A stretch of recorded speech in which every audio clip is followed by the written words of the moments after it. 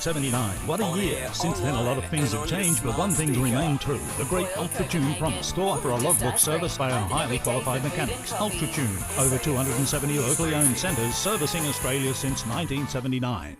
Hey there, I'm Mikayla Savage with your news briefing.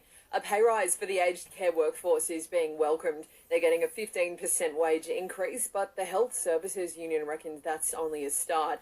President Gerard Hayes says staff really need a 25% pay rise and it needs to apply to all workers. Aged care is a complementary group of people, got a complementary workforce, so it's important to recognise the particular groups, but it's very important to recognise that one group of workers evaluates to another. Residents across a number of areas in New South Wales and Victoria are being warned of blue sky flooding. The forecast is looking fine, but rainwater from recent days is still making its way into rivers and streams.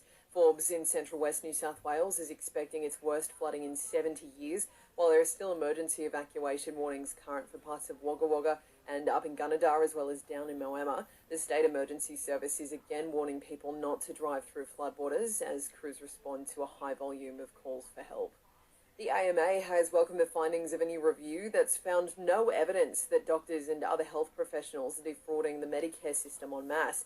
This is after some media reports suggested close to a third of the Medicare budget was being blown on fraudulent claims. Briefly, former Twitter employees in the US have filed a class action lawsuit alleging they weren't given the proper notice before being let go from the social media company.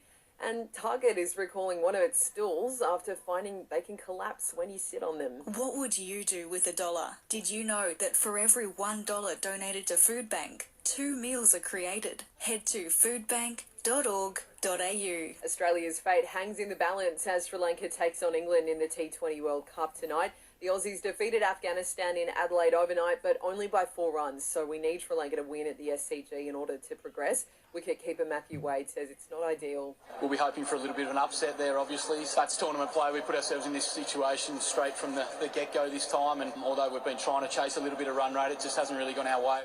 And in the AFLW, the Demons have beaten the Crows overnight, booking their spot in